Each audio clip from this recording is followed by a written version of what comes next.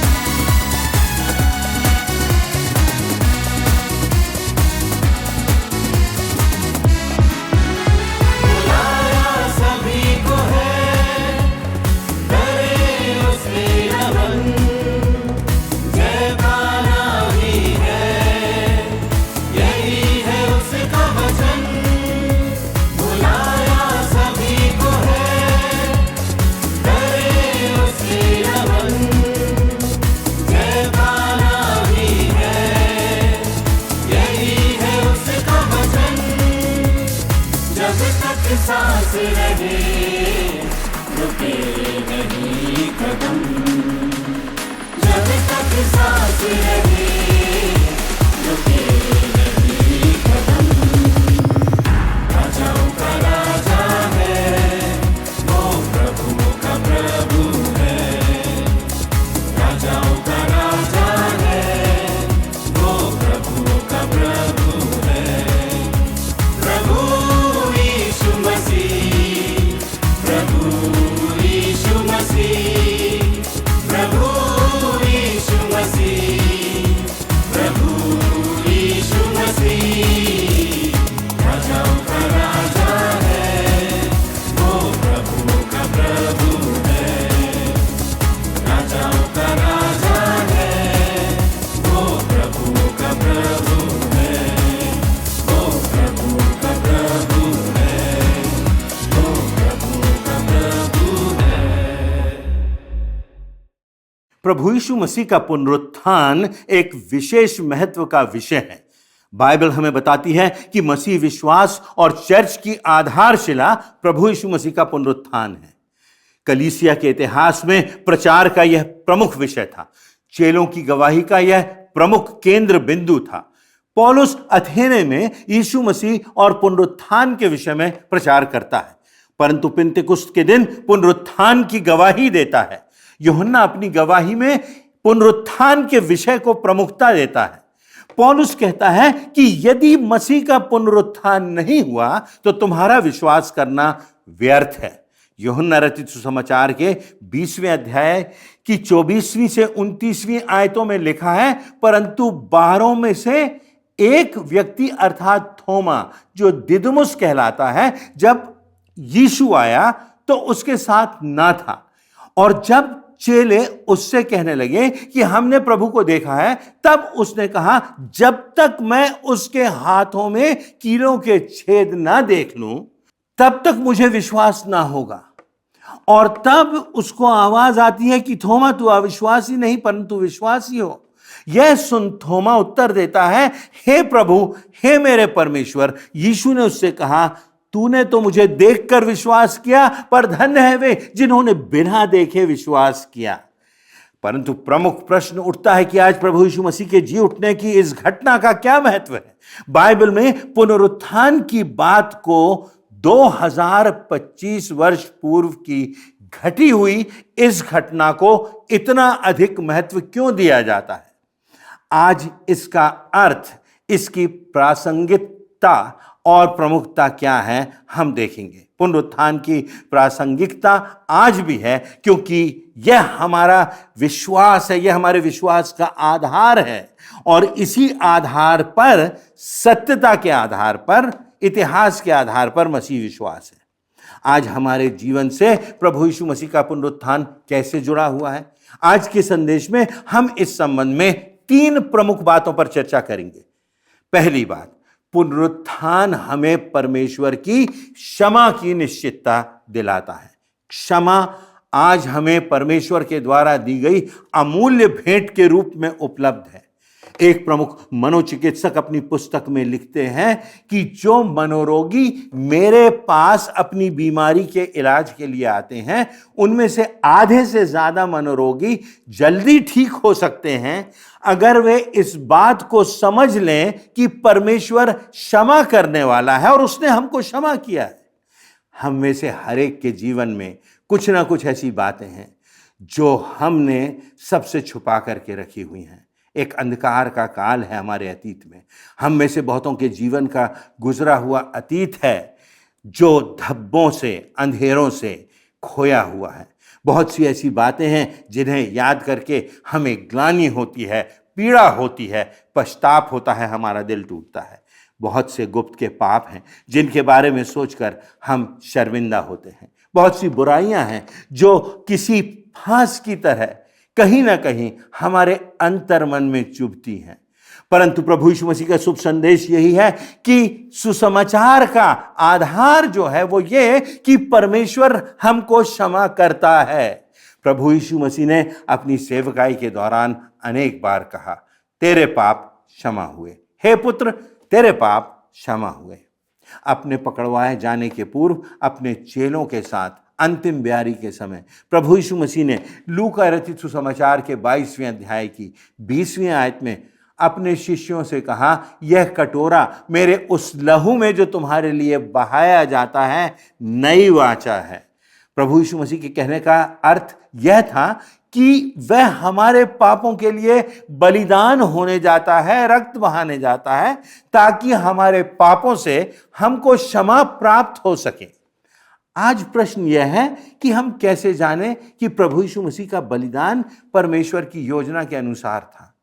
क्या परमेश्वर ने उसके बलिदान को ग्रहण किया था? प्रश्न उठता है कि क्या वास्तव में वह हमारे पापों के लिए परमेश्वर की ओर से भेजा गया था? प्रभु यीशु मसीह का पुनरुत्थान नहीं हुआ होता और वह मृत ही रहता तो आज भी हम अपने पापों में ही पड़े रहते। क्या आप कल्पना कर सकते हैं कि हमें क्षमा ना मिली होती, हम ग्लानि से मुक्त ना होते, हम यह नहीं कह सकते कि उसके द्वारा हमको उद्धार प्राप्त हुआ है, हमें पापों की क्षमा मिली है।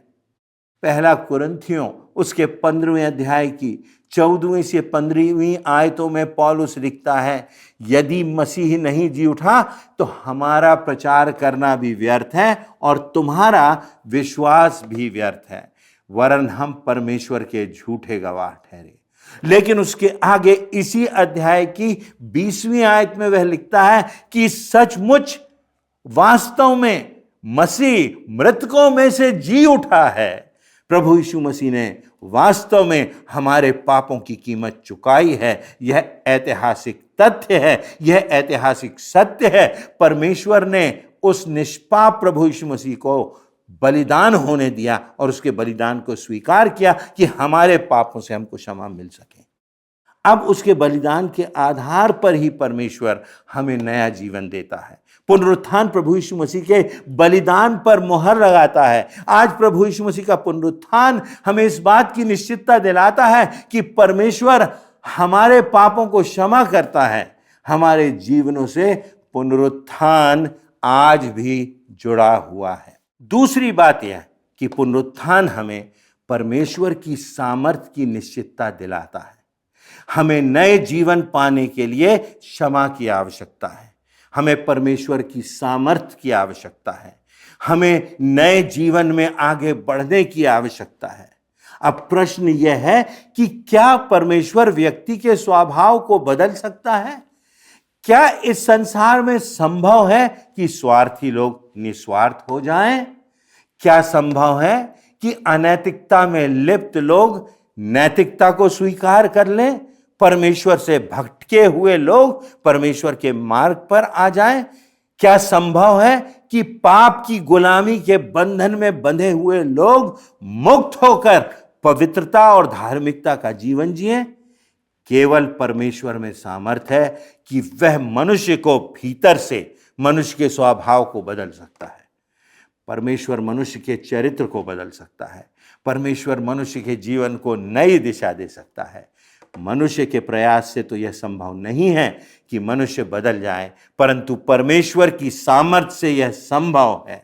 धन, ऊंचा पद, ऊंची शिक्षा और ख्याति व्यक्ति के जीवन को नहीं बदल सकती, परंतु केवल परमेश्वर की सामर्थ्य हमको भीतर से हमारे हृदय को बदल सकती है। परमेश्वर की सामर्थ्य के उदाहरण हमें बाइबल में मिलते हैं। मूसा जो कि अयोग्य व हकलाने वाला व्यक्ति था, उसमें शारीरिक कमजोरियां थीं, उसमें आत्मिक रूप से परिपक्वता नहीं थी, परंतु परमेश्वर की सामर्थ्य से वह लाखों लोगों की अगुवाई करता है, संसार के बड़े स्वतंत्रता संग्राम की अगुवाई करता है। परमेश्वर की सामर्थ्य से लाल समुद्र 2 भागों में बंट जाता है।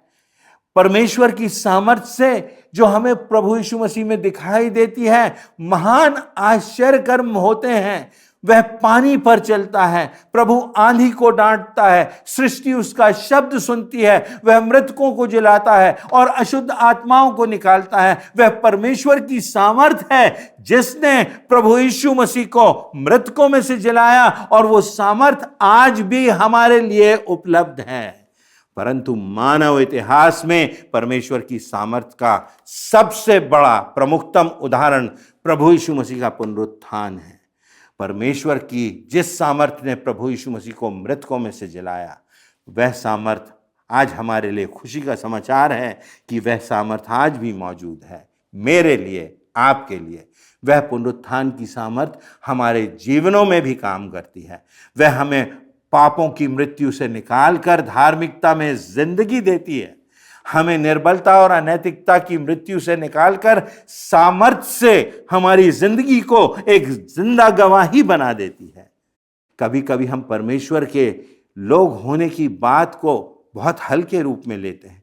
हम सोचते हैं कि परमेश्वर के लोग हम हो गए हैं, जीवन में कुछ अर्थ हमने प्राप्त कर लिया है, थोड़ी सी धार्मिकता हम में आ गई है, परंतु क्या यह पर्याप्त है? या हमारी आदतों में थोड़ा सा परिवर्तन आ जाना, थोड़ा सा बदल जाना, थोड़ा कुछ ठीक हो जाना, क्या यह पर्याप्त है? पर जब प्रभु यीशु मसीह के पीछे चलने का निर्णय हम लेते हैं तो हमारे जीवन में शायद थोड़ा सा बदलाव होता है, लेकिन हमारे हृदय में परमेश्वर की सामर्थ काम करती है और ये सारे पुराने मनुष्यत्व को संपूर्णता से आमूल रूप से बदल देती है। आमूल परिवर्तन हमारी जिंदगी में आ जाता है। ऐसा परिवर्तन जो दिखाई देता है, जो गवाही बन जाता है, जो मानसिकता को प्रभावित करता है, वह है प्रभु यीशु मसीह का पुनरुत्थान, उसकी सामर्थ्य, और केवल परमेश्वर इस कार्य को कर सकता है। पुनरुत्थान की सामर्थ्य से उसने जिस प्रकार प्रभु यीशु मसीह को मृतकों में से जिलाया, वैसे ही वो हम, जो हमारी जिंदगी में बातें मृतक हो गई हैं, जो अच्छाइयाँ, जो परमेश्वर के गुण मृतक हो गए, उनको वो जिलाता है, नया बनाता है। क्या हम चाहते हैं कि उस पुनरुत्थान की सामर्थ्य से हम अपनी जिंदगी को भर लें और नया जीवन प्राप्त कर लें?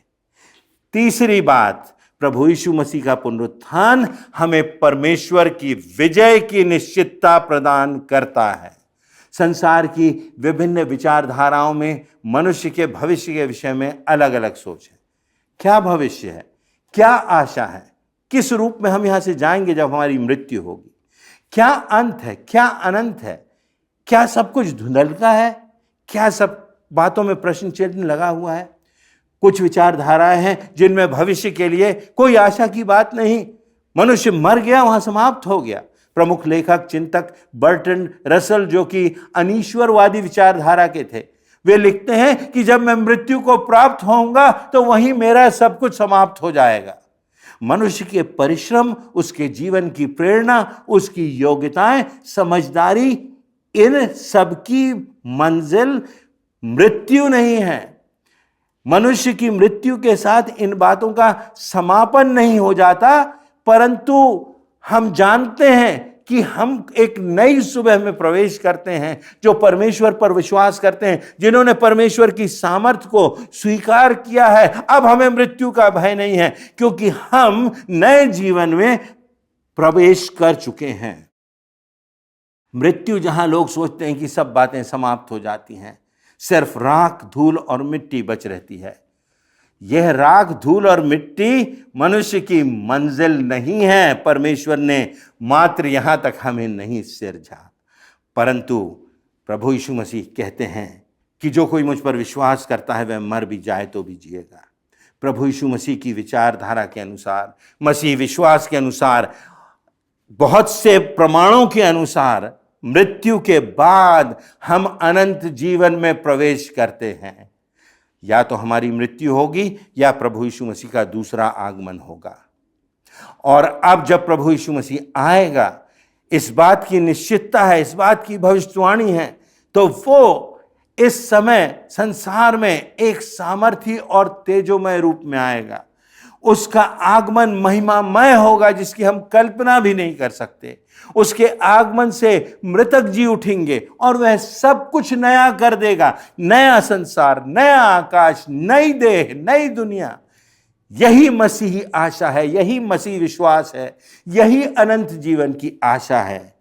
परंतु प्रश्न यह उठता है कि प्रभु यीशु मसीह के दूसरे आगमन और हमारे जीवन के अंत के लिए इनमें से एक बात जो होगी, क्या मैं और आप तैयार हैं? क्या हमारा विश्वास प्रमाणों पर आधारित है या मिथ्या पर आधारित है? हमारे पास आज इस बात का आधार है, इस बात का प्रमाण है कि प्रभु यीशु मसीह का पुनरुत्थान हुआ। यहां तक कि अनीश्वरवादी लेखकों ने इस बात को लिखा है, इतिहासकारों ने, कि प्रभु यीशु मसीह का पुनरुत्थान हुआ है। प्रभु यीशु मसीह के पुनरुत्थान की निश्चितता है और इसीलिए पहला कुरिन्थियों के 15वें अध्याय की 55वीं से 56वीं आयतों में पौलुस मृत्यु का मानो मजाक उड़ा रहा है, माखौल उड़ा रहा है, और वो कह रहा, हे मृत्यु तेरा डंक कहां, हे मृत्यु तेरी जय कहां, हे मृत्यु अब तेरा समापन नहीं है, अब मृत्यु अनंत जीवन का द्वार बन गई है, महिमामय जीवन का प्रारंभ बन गई है। मृत्यु अब लाभ की बात हो गई है, क्योंकि परमेश्वर विजयी हुआ है सर्वदा के लिए। इसलिए आज हमारे जीवनों में पुनरुत्थान का महत्व है। आज भी पुनरुत्थान सार्थक है, अर्थपूर्ण है, प्रासंगिक है, क्योंकि प्रभु यीशु मसीह का पुनरुत्थान, उस पर जब हम विश्वास करते हैं तो हमें क्षमा मिलती है और क्षमा हमें उद्धार की ओर ले जाती है और हम उस अनंत जीवन में प्रवेश करने की निश्चितता रखते हैं, क्योंकि परमेश्वर की सामर्थ्य से हमारा हृदय परिवर्तित होता है, हमारी मानसिकता परिवर्तित होती है, हमारा अनंत परिवर्तित होता है, हमारा जीवन परिवर्तित होता है। इस जीवन में हमें सार्थकता मिलती है और इस जीवन के बाद हमें पुनरुत्थान की निश्चितता मिलती है, अनंत जीवन की, कभी ना अंत होने वाले जीवन की निश्चितता हमको मिलती है।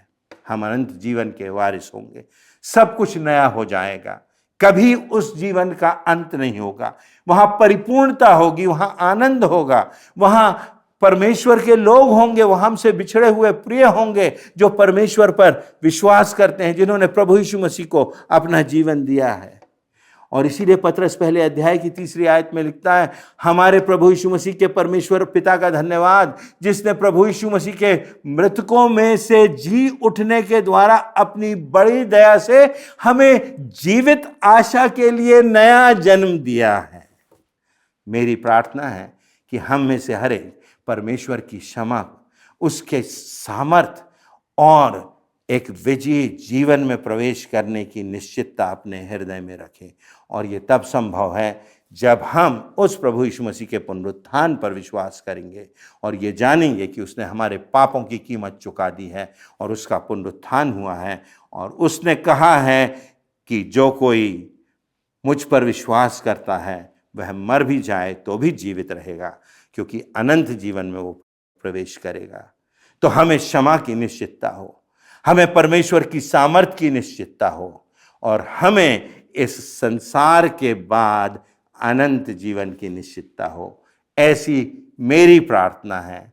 और इस पुनरुत्थान पर्व के समय, या जब हम इस पुनरुत्थान के पर्व की तैयारी करते हैं, हम अपनी जिंदगियों को देखें और इस बात की निश्चितता कर लें कि मृत्यु का भय समाप्त हो गया, अब मृत्यु का जहर समाप्त हो गया और हम अनंत जीवन में प्रवेश करेंगे, क्योंकि आज भी हमारा प्रभु जीवित है, आज भी हमारा प्रभु सिंहासन पर विराजमान है, आज भी हमारा प्रभु यीशु मसीह हमको बुला रहा है।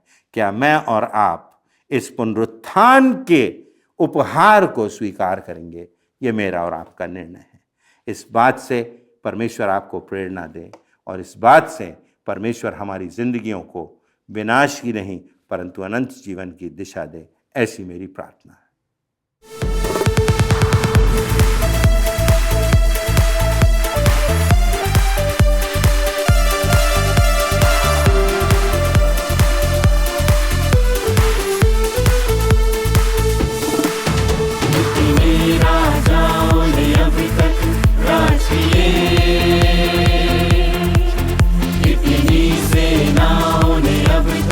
युद्ध की